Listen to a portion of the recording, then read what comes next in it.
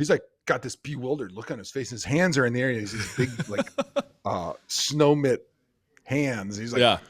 what the you know, he's like swearing like, what's going on in Vader? What, get back in there? He's like screaming from the sideline. And it wasn't until after the game where I went up to the coach and I was like, hey, Andy, you know, I'm sorry I put Vincent in that situation. And I know I've never said anything about it because that's not who I am, but like I've played like 7 years in a row and I haven't missed a snap. And so I'm not really willing to give up that streak without a struggle. So if you don't mind, just leave me in there next time.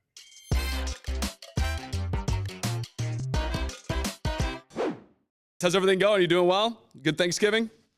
Not too bad. Yeah, we were actually in Mexico for Thanksgiving.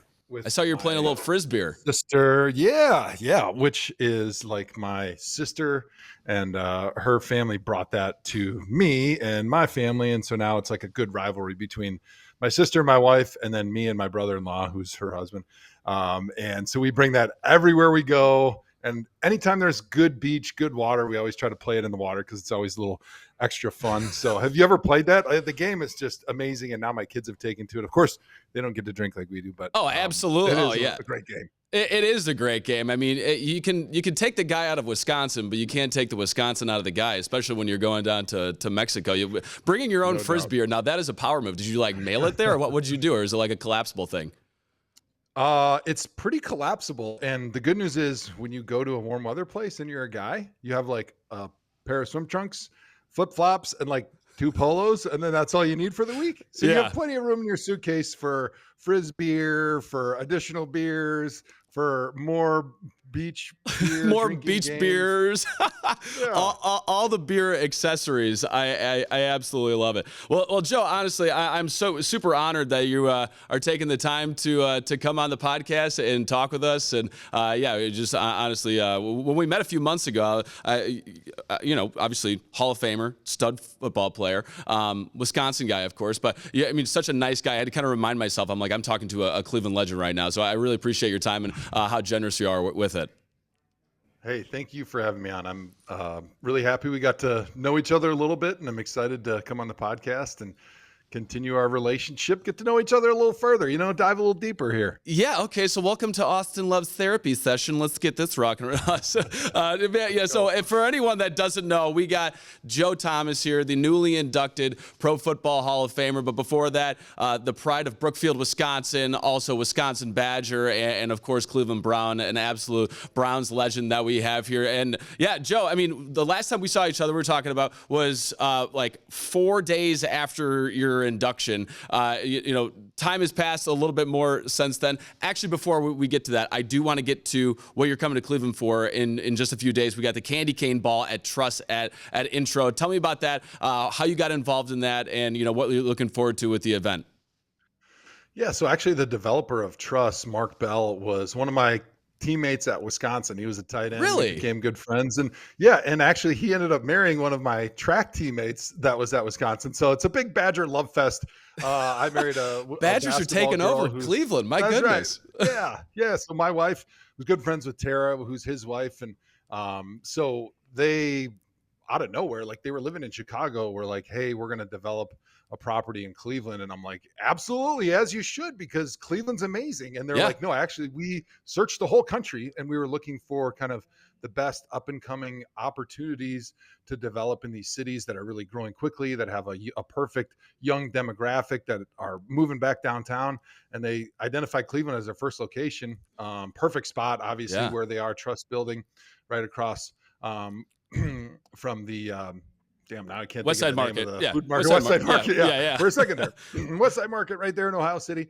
And they had put together a great building, and then they brought the Candy Cane Ball, which was something that they'd been doing in Chicago for a bunch of years. And it raises money to give toys to underprivileged children throughout Chicago. And then they brought the same idea to Cleveland. And so now Friday night is the big party at Truss. It's the best holiday party that I've ever been to. And I've been to a few of them, and they raise a bunch of money. And then on Saturday, they go and deliver toys throughout Cleveland to kids that maybe don't have the resources to have the Christmas or the holiday season that they all deserve. So it's a great opportunity for me to give back, to help out some friends, to get back to Cleveland, to celebrate the holiday season, and to help give back to the underprivileged kids in and around the Cleveland area. Yeah, for sure. I mean, win, win, win across the board on that. And trust is absolutely gorgeous. That intro building is unbelievable. I mean, and I guess I didn't realize that they looked all over the country and wanted to build that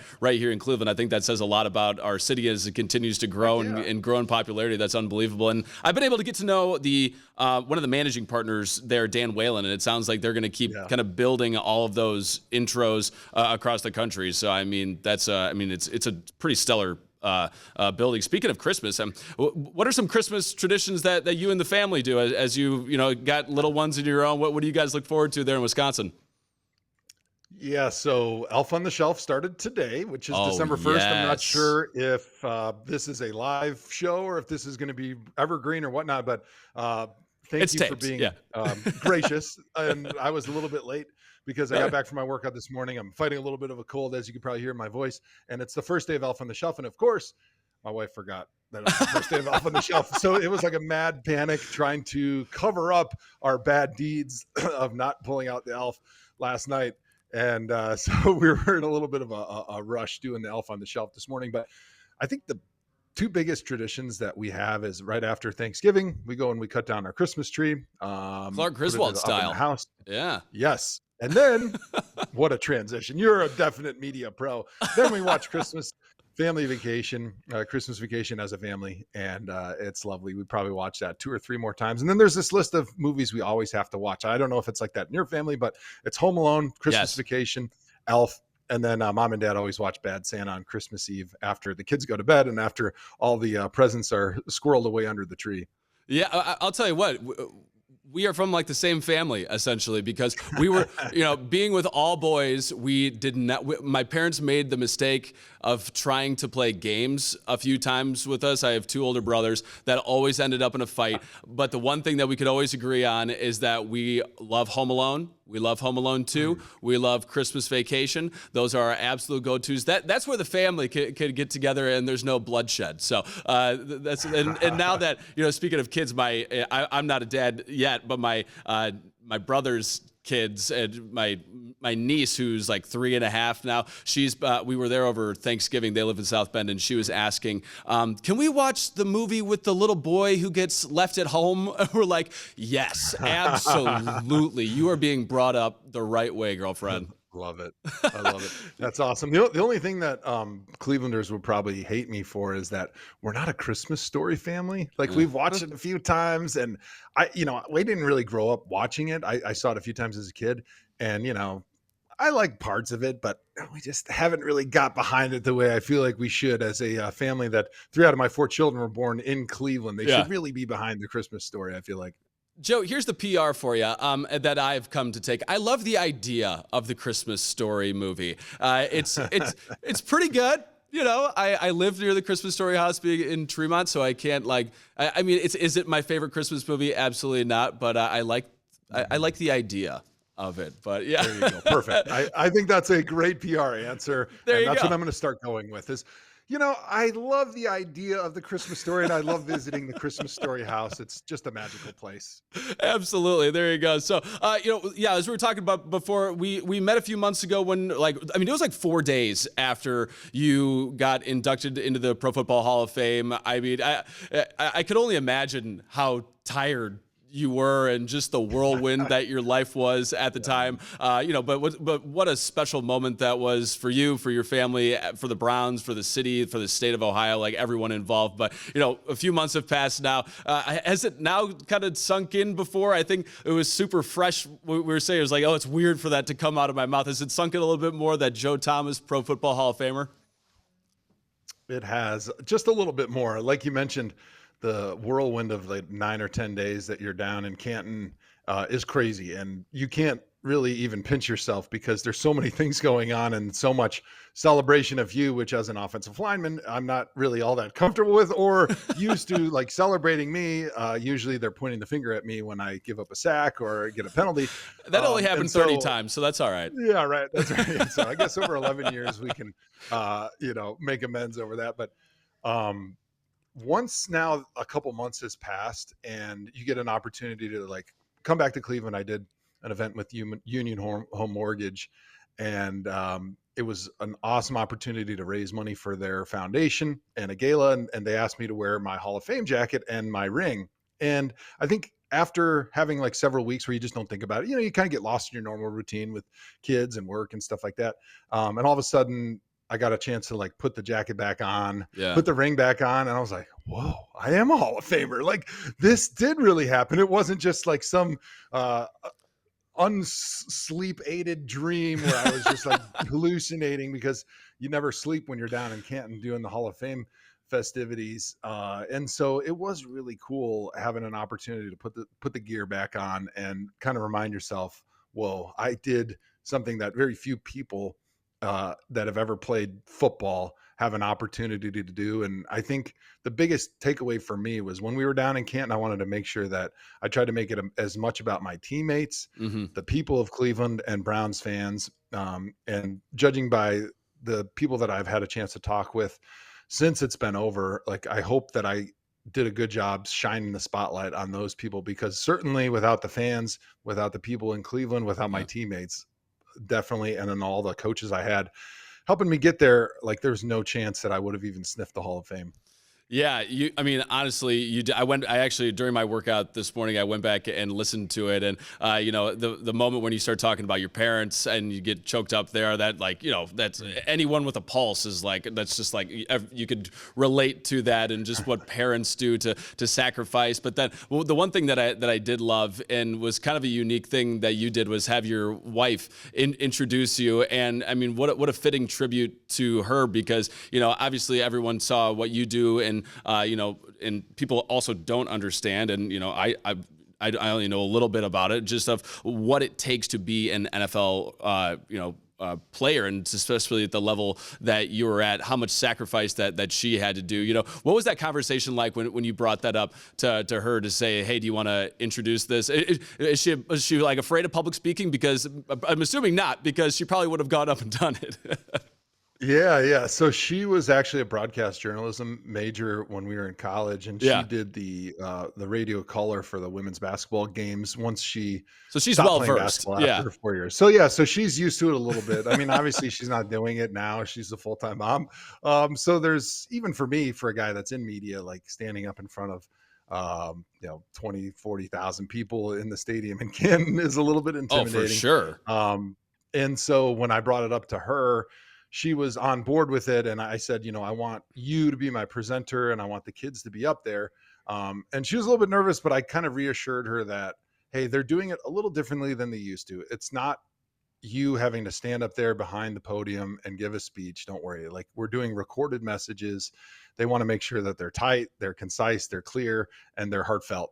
So they're not going to let, like, I heard somebody's agent was up there about 10 years ago and he just rambled on about himself for like 15 minutes. The speeches are already long enough as they are, Yeah. without having to have the presenter, which most people don't even know who they are, like talk about himself. Yeah. So I think she was definitely excited to have the kids up there, and to be part of it, knowing that she didn't have to do the speech live. For sure, for sure. So everyone saw it. Everyone, I want to know, how was the after party? What was that? That had to have been an absolute party. Did you bring the frisbee? I wish I didn't even have time to barely drink a beer. Yeah.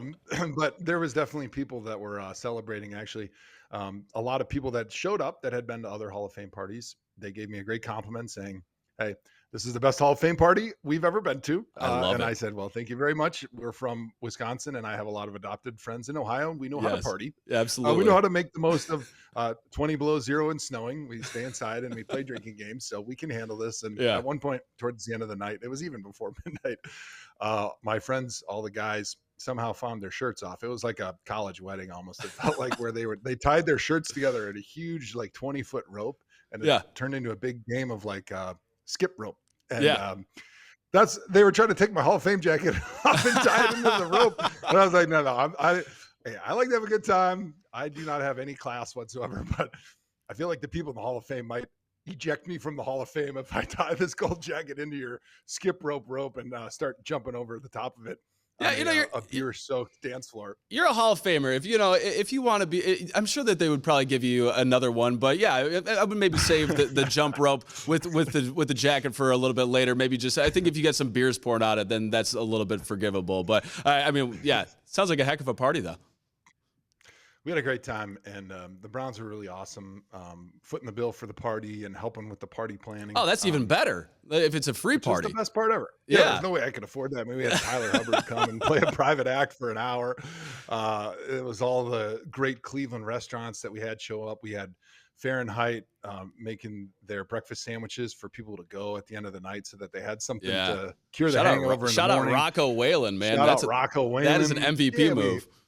Yeah, we had Kelsey Elizabeth make a bunch of little like cupcakes and what are those little like French little Oh, the cookie things? What macarons, are they called? the macarons. Macarons. I Yeah. know macaroons. I never know how to say those things. The macaroons. We had Mitchell's ice cream there. We had all of our favorites. That's kind of what we wanted to do was like highlight all of our favorite things about Cleveland, put it in one spot, and then let all of our friends and family and come in and just enjoy themselves. And the best part was the Browns provided their security to follow me around during the night and like just give me beers, basically. That's Because sweet. they're not protecting me from people in my party, but they also know like at a wedding, you don't get a chance to stop talking and go to the bar and grab a beer. So they just kept handing me the Coors Lights, which was awesome. And then at 4 a.m., when I was like, the party's not over, stop tearing the stuff down, they had RJ, the security guy from the Browns, like, Joe, it's time to go home. And I think even more than my wife that night, he was the only one that could tell me the party was over and I'd listen. Yeah. Well, that's the kind of secret service that I need. I don't need anyone to protect me. I just need someone to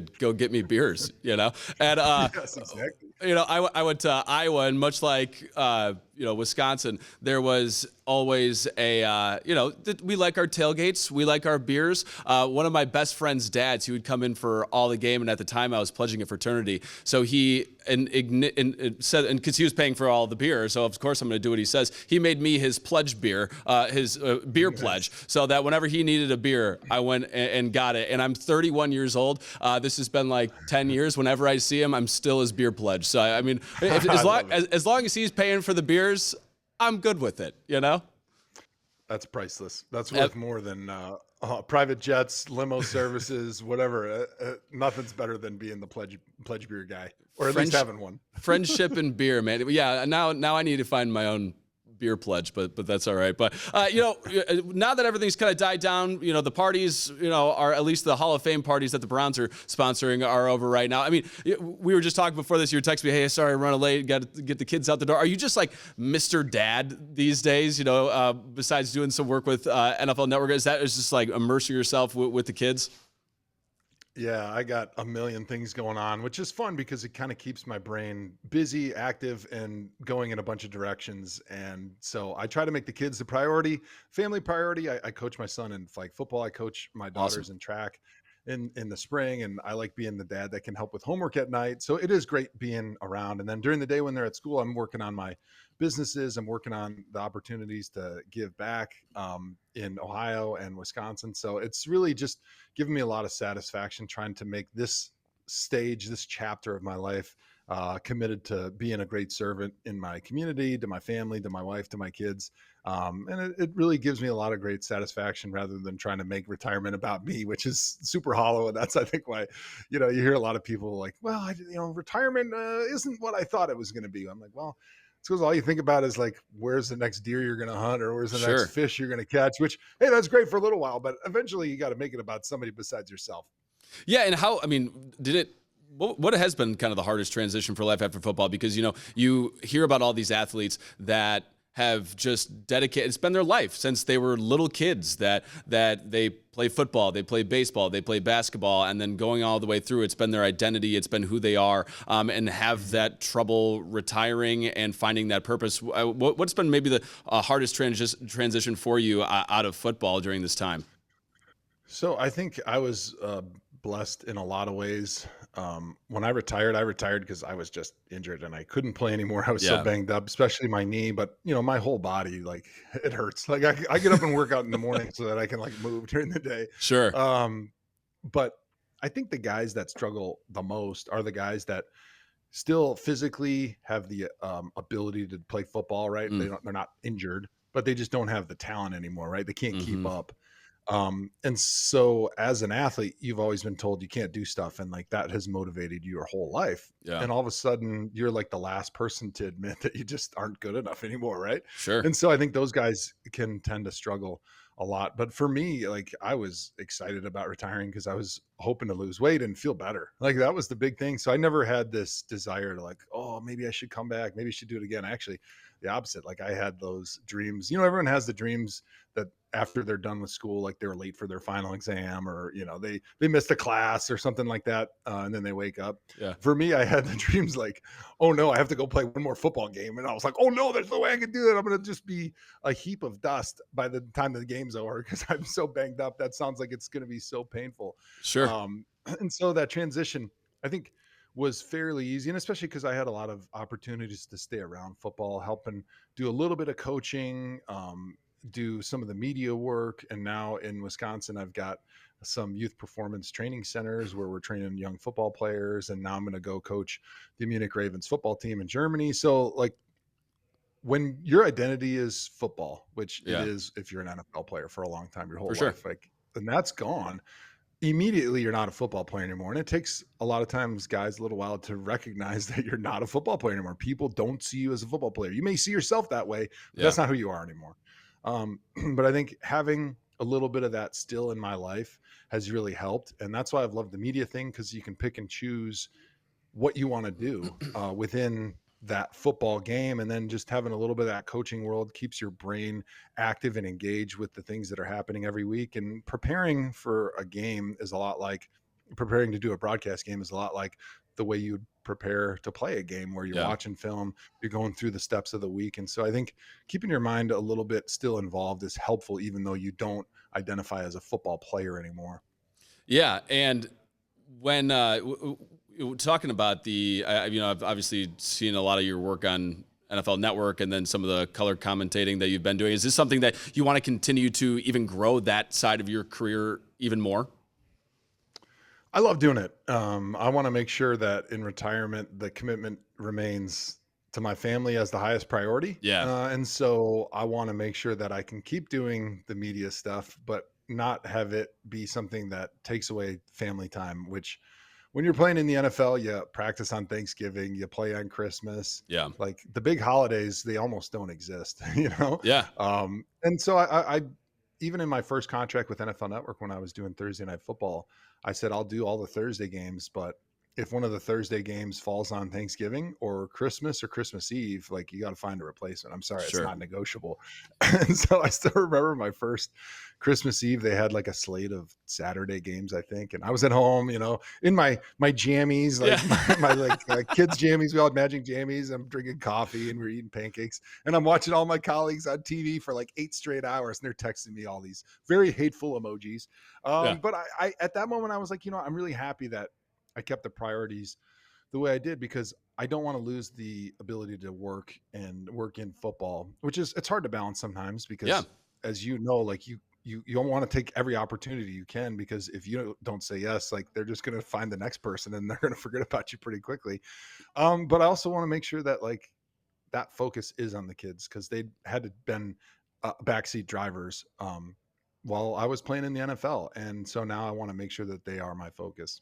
Yeah, and I mean, if you want to be like that big media personality, sometimes that is even more like look at I guess, and to each their own. I think I think you've done it really smart, where you're kind of dabbling in the things that you want to do, but have been able to keep that free time, that schedule, and those priorities for your family, and being there in Wisconsin. But you know, I mean, like look at like Michael Strahan. That guy is on Good Morning America. He one of the biggest morning shows, national morning shows, and then he's on Fox, and he's flying from L.A. to New York, and you know, good for that guy. But like that's busier than his playing days career, just not physically as you know beating up, you know, where he's not just getting everything beat out of him, playing football. But I mean the timing of that, I mean, would just be ridiculous. Yeah, it's really tough because when you play in the NFL, you travel on Saturday and you're home Sunday after the game because you're, Yeah, flying private. And then you practice for the most part, especially except for this week, the Browns are staying out on the West Coast. But a normal week, you're home at 6:30, 7 every night. So you're having dinner with your family, and you're only gone one night, even home or away. You're staying in a hotel, but you can still be around. And when you're doing the media game, like that's been a little bit of a challenge for me, like wanting to do some more stuff, especially when you have these great opportunities and you realize Yeah, they're only going to come ever so often, and especially they're mostly going to come around right after you retire because that's when you're the most relevant. That's when sure. you're right off the field. You've played against most of the guys that you're watching and you're talking about, but you do have to do a ton of travel, and it's a ton of time away from your family. And so it is a hard balance to drive, but I think that's part of the reason I've loved working for the Browns and doing some of their broadcast work, some of their preseason coverage, doing the radio shows, because a lot of that stuff I can do from my home here in Madison. But we also keep a house in Ohio, in Cleveland. And so it's a great opportunity and gives us a great excuse to go back to games with the whole family, to go see our friends in Ohio. Yeah, Um, and so it feels like a family trip, like a treat, a vacation versus like, oh, hey, honey, I got to go to Jacksonville for three sure, days because we're sure. covering the Jaguars versus the Bills. That is going to get like five people watching. Nobody cares. Yeah, And they're actually good this year, but like in years past when I yeah, was doing yeah, those games, going to really stink. So I think trying to find that balance has been great, but working with the Browns has been the best because being able to come home and still be able to connect and stay in touch with all of our friends and our community in Cleveland. yeah. That's fantastic. Hey, I didn't realize that you still had a house here. If you ever need a house sitter or someone, let me know. Oh, all right. Yeah, Yeah, sweet. absolutely. Yeah. Hey, speaking of I your playing, appreciate that. I got you absolutely. Now I'll just do it for a case of beer. Just bring me back some spotted cow from Wisconsin, and we'll be primo. That's all I need. You may So. have to arm wrestle Shane Bieber for that because he rents when I'm not in town. Oh, does he really? Okay, well, Yeah. he's got a little. It's way cooler for Shane Bieber to do it. So yeah, I'll let Shane. I'll let Shane be able to do that. All right. So talk about your playing days here real quick. The number 10,363. Got to talk about it. The consecutive snaps. I mean, just now that you've been out of the game for a number of years here, what is that number? Has it gotten more significant to you and what that accomplishment means? Yeah, so doing interviews for the Hall of Fame, you get asked a lot about what is your most proud accomplishment, other things like that. And for me, it's always easy. I say it's that snap streak because it's not about me, it's about my service to my teammates. And Yeah, I've tried to make the servant mindset, the servant lifestyle, who I am, my identity in retirement after I've retired from identifying as a football player. And now I want to identify as a servant, family, community. And that 10,363 to me, when I see that number, it reminds me of the times that I didn't want to show up to practice, that hmm, I didn't want to play in the game because my back was locked up for the third straight week and my wife had to sure. tie my shoes in the morning and I couldn't bend over. I couldn't get off the ground without two people assisting me and forklifting me up. But I went out there and I did it because as a lineman, the only thing I can do to help my team win is to provide an opportunity for my running back to burst through a hole, for my quarterback to have the time to throw the touchdown pass, to double team with my guard, to give some running lanes for a fullback on 3rd and 1. And for me, it was the ultimate pride in seeing that in the stadium and knowing that I showed up for my teammates and the fans for 10 and a half years in a row in rain and snow and Yeah. hot and cold. It didn't matter. Like I was there for them. And that reliability, that Iron Man mentality, it's kind of how I was raised. It was the values that my parents instilled in me. And it gives me a lot of pride knowing that I did everything I could to help those teammates be at their best for 10,363 snaps in a row. Yeah. Uh, and also, you talked a little bit about it in your Hall of Fame speech. There was an element of obviously the endurance, the grit, the heart to be able to do this, but there also is like a matter of luck though too, of like a chin strap never broke or some equipment failure. Was there ever like a weird thing where you're like, this might break the snap? Like what was maybe it was like, besides like a physical thing, what was the closest that it was to maybe snapping that streak? Yeah, there's a lot of luck involved because especially early on, the first 3, 4 years, it's not really a thing. You're You're not not even thinking about it. setting out like, Yeah, hey, I want to play 10 and a half years without missing a play and set sure. the NFL record. Like it's just not a thing. So you just go about your business and try to do your job and show up, do what your coaches ask. But then, as snaps start to pile up and you're in the middle of year 5, 6, 7, and you're starting to say like, hey, this is kind of cool. I haven't Yeah, missed a snap yet. You start thinking about all the weird stuff that could happen, right? Like your shoe falls off. I mean, how many times in a game do you see a guy come out for a play because his shoelace broke, or totally. his helmet popped off, the chin strap got messed up? I've had times where you get hit kind of in the side and your buckle on your chin strap gets bent, and all of a sudden now your chin strap doesn't buckle on properly, and you go out for a play and come back in. It's no big deal. So I got really fortunate that I never had any equipment malfunctions, no Janet Jackson moments for me. But the closest that I ever really came was we were actually winning a game for once. We were beating the Steelers at home, Yeah. and Alex Mack had already broken his leg earlier in the game, and so the coaches were really hyper aware of like, all right, as soon as this game's out of hand, we need to get our best guys out so that they don't get hurt. And so they sent in my backup into the huddle, like as we're up 21 points in the fourth quarter to the Steelers. And he's like, taps me on the shoulder. And this is like year 7. Hmm. And he's like, hey, Joe, I got you. And I was like, what? You got me? No, this is not happening. Like, this is not how the streak is ending. 1. And 2, like, we're finally beating the Steelers. I'm going to enjoy every second of this. Yeah. So Vincent Boehner like goes and taps the left guard. And he's like, no, I'm not leaving, because he saw me. He's like, well, if Joe's not going on, I'm not going on. And then goes to the center, same thing, right guard, right tackle. And then he turns around. He's like, I guess nobody's coming out for me. So he turns and runs to the sideline. And I have this lingering picture in my mind of our offensive line coach, Andy Moeller, at the time. He's like, got this bewildered look on his face. His hands are in the air. He's these big, like, snow mitt hands. He's like, Yeah. what the? He's like swearing, like, what's going on? It's Gator. What? Get back in there. He's like screaming from the sideline. And it wasn't until after the game where I went up to the coach and I was like, hey, Andy, I'm sorry I put Vincent in that situation. And I know I've never said anything about it because that's not who I am, but like, I've played like 7 years in a row and I haven't missed a snap. And so I'm not really willing to give up that streak Yeah. without a struggle. So if you don't mind, just leave me in there next time. Yeah, yeah, I love it, and I love that you like were super hyper aware of it too, like pretty early on, and then that just was that something that just like kept driving you just to continue to. It was also because I'm looking at it as well. I mean, the Browns. Let's be real, didn't play on very good teams, so was that an extra motivation to kind of get you hyped up, to get you a little bit more locked in for games that at some points were semi meaningless?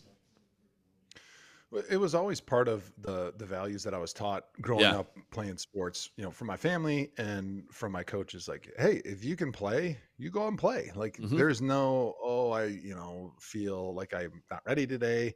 And actually, it was a blessing because I never allowed my mind to waver between can I or can't I. I always had this mindset like, if I can't play because I'm injured, I'll know. I tore my ACL in college in the second half of a bowl game, actually playing defense.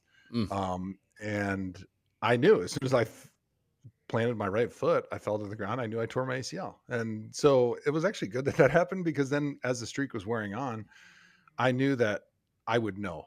Guys that lay there and are like, oh, I don't know how bad it is. Like, Yeah. you're probably not too injured to play. All right. Maybe if you're the quarterback and you got an elbow, like that's different, or a hand, you can't grip the ball. But like as a lineman, we're just big brutes. Like we can Yeah. play through plenty of injuries. We don't need a lot of speed or quickness. You just got to be able to maintain your technique, get down into a squat position, and you can pretty much play. And so kind of knowing that gave me a lot of comfort that I never had to wonder if I was healthy enough to play. I just went out and did it. And it turns out when I finally tore my tricep tendon in year 10 and a half against the Tennessee Titans, like I knew as soon as I tossed Brian Arakpo with my left arm, like Yeah. it snapped and I felt it, and I got to the ground and I was like, hey, I know my tricep tendon snapped. So it was kind of a weird blessing in disguise, just having that mindset that I was just going to show up no matter what. And if I couldn't do it, my body would tell me and I would know. Yeah. The ultimate Iron Man. I love that we're talking about, like you get talk about like a warrior, Iron Man, the whole deal. But then I read an interview that you got a lot of this, like the perfection mentality from watching a documentary about a sushi chef. Is that right? Yes. So it's a great documentary if you haven't seen it. I It's think I'm called going to Hero have to. Dreams of Sushi. Yeah. And it reminded me a lot of playing on the offensive line. So I don't even know if the guy's around anymore. He was like in his late 90s, and Yeah. 10 or 15 years ago. President Obama went to his little Subway sushi place. Like this was like a pilgrimage place. It was one of those places where if you ask anybody in the world who knows about food, where's the best sushi place in the world? It was this guy. He'd been doing the same thing every single day for like 70 some years. Mm. So his routine was like 4 a.m. I wake up, I ride my bike to the Skiji fish market. I pick out the best fish for the day. I ride my bike to the sushi place, and then I make sushi, and I make like the same sushi every single day, the same way, the same preparation every day for 70 years. And his whole premise was to get perfect at something, you have to do it just over and over and over and over and over with the same process. Yeah. And perfection is not about doing it right once. It's about doing it right every single time, Yeah. over and over and over again.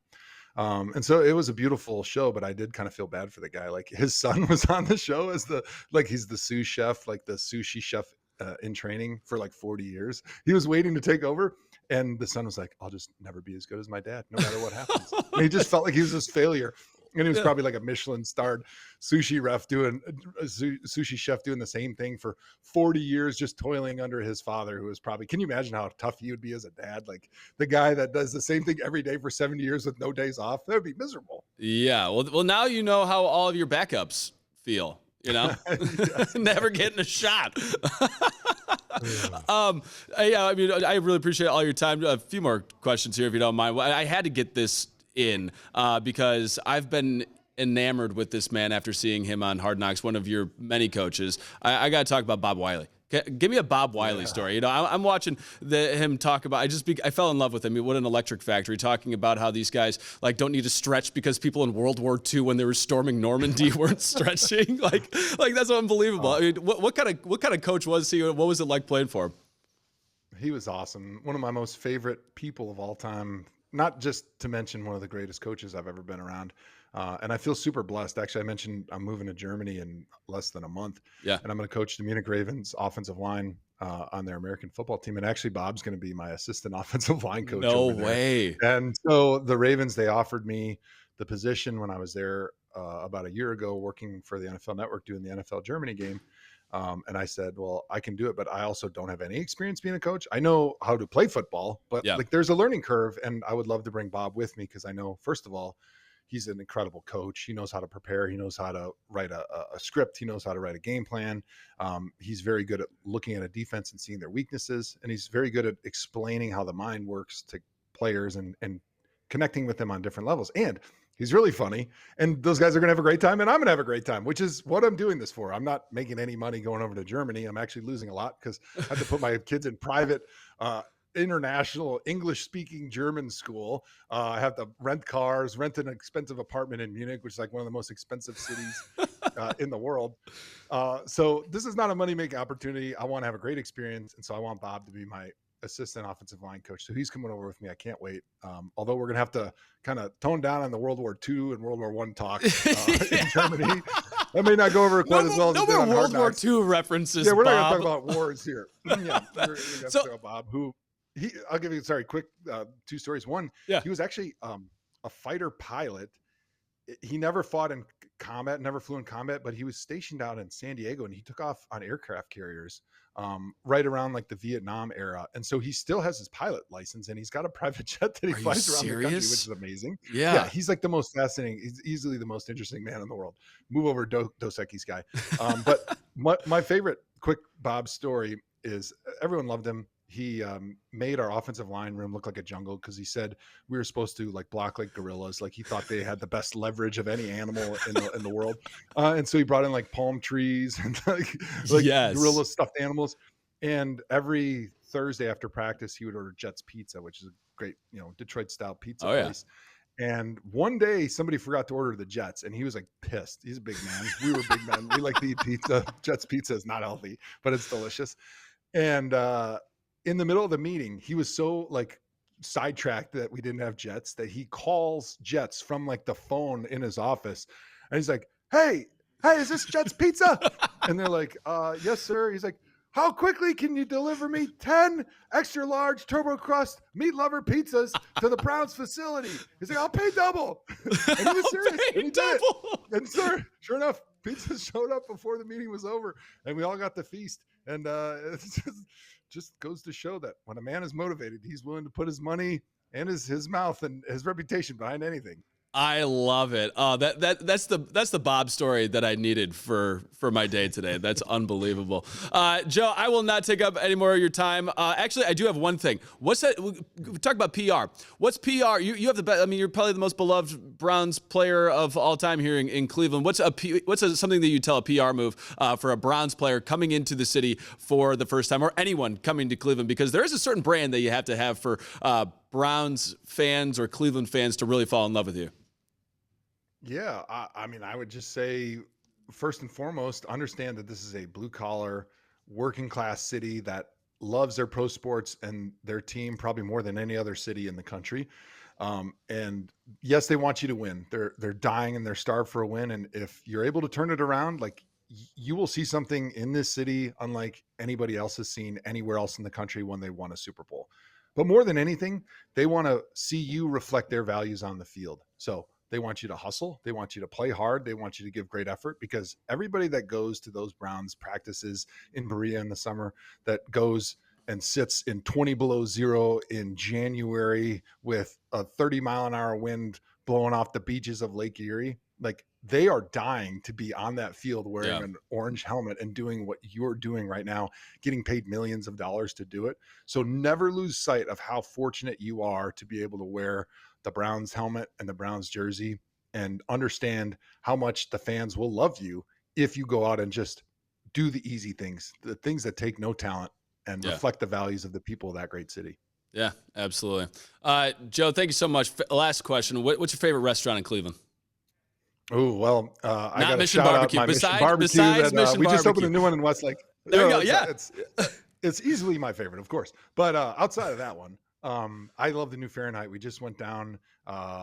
We were there a couple weeks ago. Yeah. And I was there with my wife, Nathan Zagura, his wife, some of our friends from Cleveland. And we had an incredible meal. Rocco came over. And, of course, when you eat there with Rocco, he's always like bringing out stuff. Bringing after everything. You're full for the fourth time. Like, here comes another round of entrees that we're splitting. And it did not disappoint. As great as his place was in Tremont, somehow he's raised the bar and blown it out of the water at his new place right on the square. I mean, it is first class. It's unbelievable. I mean, if you don't do this, anyone watching, but if you kidnap someone and put a bag over their head and dropped them in there, they'd probably think they're in Las Vegas or something like that. And right here in Cleveland, it's unbelievable. Are you opening up more Mission Barbecues?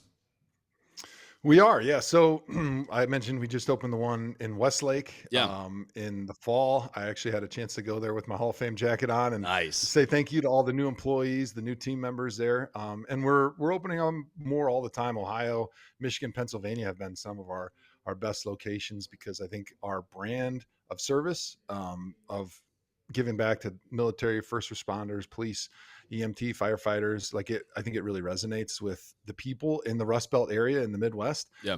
And also the food's really good. And so we're trying to always find new locations. We're in Boardman, Canton, Mentor, Westlake, Parma, and trying to continue to find great location where people appreciate great barbecue. Fantastic. Joe Thomas, Hall of Famer, stud extraordinaire. You can catch him at the Candy Cane Ball at Trusted Intro. It is Friday, December 8th. Do I have that right? Friday, December 7th? I think it's December 9th, but I don't have my calendar. Hang on. Friday, December 8th. It's December 8th. Yep. Yeah, Friday, December 8th. You can check them out there. It's for a great cause, and help some kids have a very Merry Christmas here and celebrate it with Joe Thomas. Maybe he'll even shotgun a beer with you. And if you are going to chug a beer with Joe Thomas, know that he's going to beat you, because he absolutely smoked me. Yeah, bring your party pants, because if we're shotgun the beers. I did go to Wisconsin. Love it. Love it. Joe, thank you so much, my friend. This has been an honor, a treat, a privilege to hang out with you today, and I really appreciate it, my man.